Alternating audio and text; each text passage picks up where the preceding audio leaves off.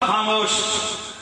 ہم نے قرآن کی طرف رجوع کیا. قرآن یہ تو مرتد ہو گیا, تو بتا. قرآن نے کہا عاشقوں کو لائیں گے.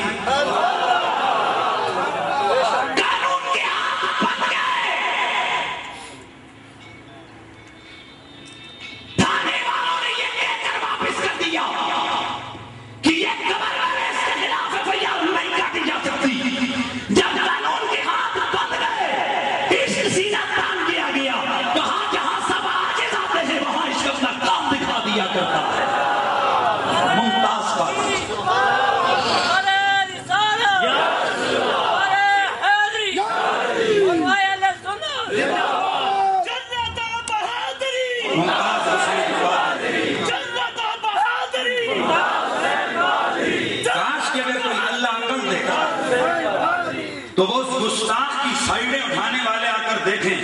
میں نے ایک جمعے کی تقریر میں کہا تھا پورے پاکستان کی ایک مسجد بتاؤ جہاں اس کے لیے بخشش کی دعا کی گئی ہو. کوئی ایک مسجد بتاؤ جہاں اس کے لیے کوئی بخشش کی دعا کی گئی ہو, دعائیں مغفرت کی گئی ہو. اور پھر ایسی ایک آل محبت کی مسجد بتاؤ جہاں ممتاز قادری کو سلام عقیدت پیش نہ کیا گیا.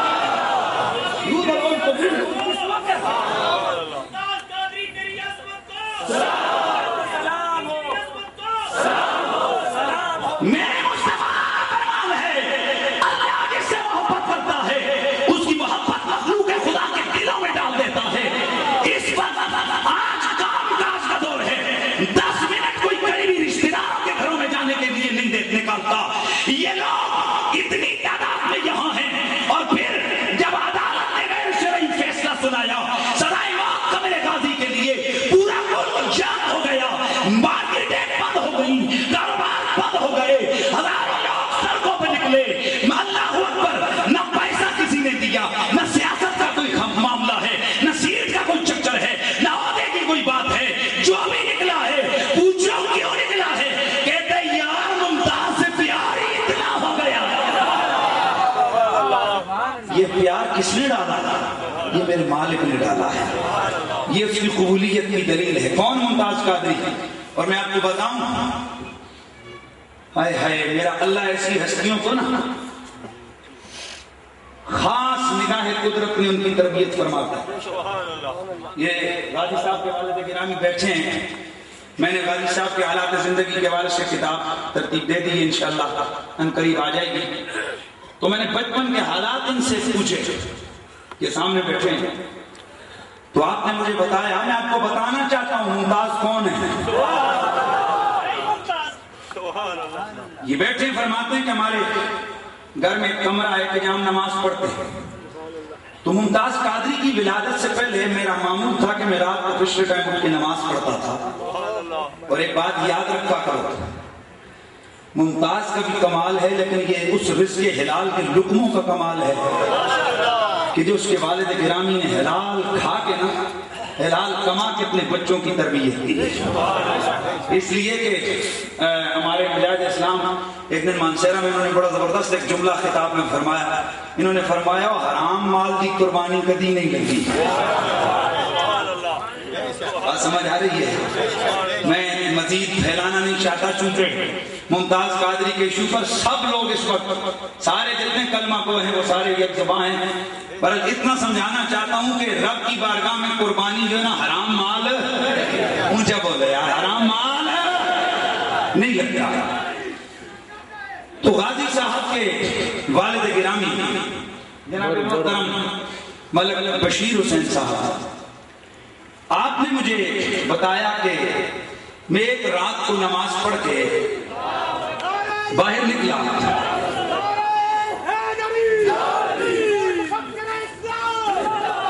نعرہ تکبیر, نعرہ رسالت, نعرہ رسالت, نعرہ رسالت, نعرہ حیدری, نعرہ حیدری, نعرہ تحقیق. جناب حضرت مفکر اسلام قبلہ پیر سید ریاض حسین شاہ صاحب, حضور قبلہ مفکر اسلام, حضور قبلہ مفکر اسلام جناب قبلہ پیر سید ریاض حسین شاہ صاحب. اللہ اللہ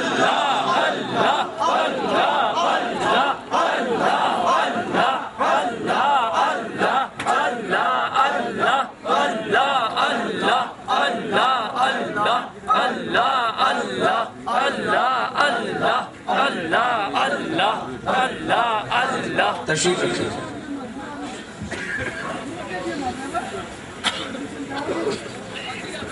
حضرات گرامی میں عرض کر رہا تھا کہ جناب کے والد گرامی جناب قبلہ ملک بشیر حسین صاحب نے مجھے واقعہ بتایا کہ بچپن کی بات ہے. ایک رات فرماتے ہیں کہ میں اسی طرح نماز پڑھنے کے لیے اٹھا تو کیا دیکھتا ہوں کہ جس مصلے پہ میں رات کو نماز اس کے پڑھا کرتا تھا اسی مصلے پہ ایک نورانی صورت والی ہستی نماز پڑھ رہی ہے. سبحان اللہ کی آواز ہے. فرماتے ہیں کہ نماز پڑھ رہے ہیں. انہوں نے میں انتظار کرنے لگا. نماز پڑھ کے وہ باہر نکلے, دروازے سے چپ کر کے نکل گئے. فرماتے ہیں کہ جیسے ہی نکلنے لگے دروازے سے پھر اندر آیا اور مجھے فرمایا کہ تیرے گھر کے جنوبی کمرے میں کونے میں ایک ایسا رب کا ولی دنیا میں آئے گا جو اسلام کا جھنڈا بلند کرے گا, تیرا نام پوری دنیا میں مشہور کر دے گا. یہ ادھر سامنے موجود. ہاں میں بول رہے ہیں نا. ہاں بسم اللہ میں بولنا ہوں. آرام سے بیٹھے. میں عرض کرنے لگا تھا کہ یہ بچپن کی بات ہے. فرماتے ہیں حضرت کہ اس کے بعد ملک ممتاز حسین قادری کی ولادت ہوئی اور ہم اس معاملے کو بھول گئے. جس دن 4 جنوری کا معاملہ ہوا اس کے بعد کے معاملات ہوئے. آپ فرماتے ہیں پھر مجھے وہ بزرگوں کی بات یاد آئی. مجھے غور کیا تو واقعی وہ ہمارے گھر کا جنوبی کونا تھا کہ جہاں پر ملک ممتاز حسین قادری صاحب کی ولادت ہوئی. اور میں عرض کرنا چاہوں گا دوستو یہ چیزیں لوگوں تک پہنچاؤ کہ ممتاز حسین قادری کوئی معمولی شخصیت نہیں ہے. میں کہتا ہوں میں بڑے بڑے پیروں کو اس کی جوتیوں میں قربان کر دوں. کوئی معمولی شخصیت ہے وہ. اور پھر میں بڑا کھل کے کہنے کے آج میں اکثر آپ لوگوں کو عرض کرتا رہتا ہوں کہ یار 10-20 کلاشنکوف ہیں اسی کی طرح کے کمانڈوز بندہ مار رہا ہے گورنر کو اور پھر کچھ بھی نہیں ہو رہا اس سے. یاد رکھو ملک ممتاز حسین قادری کا بچنا اس کے پیچھے بھی بڑا راز ہے جو آج تک ہمیں سمجھ آیا. وہ یہ ہے کہ اس نے تو جو کیا ہو گیا, اس کا معاملہ قبول ہو گیا بارگاہ رب العزت میں اور بارگاہ سید الانام میں معاملہ اس کا قبول ہو گیا. آئے ہائے اب اس کے ذریعے اس امت کا امتحان میرے رب نے کروانا تھا, اس لیے اس کو میرے اللہ کریم نے زندگی عطا فرمائی. یہ ظاہر ہونا تھا کہ کون ہے کہ جو اپنے بلند بان نعروں پر صرف زندگی گزارتا ہے اور کون ہے جو عملی طور پر میدان عمل میں آتا ہے.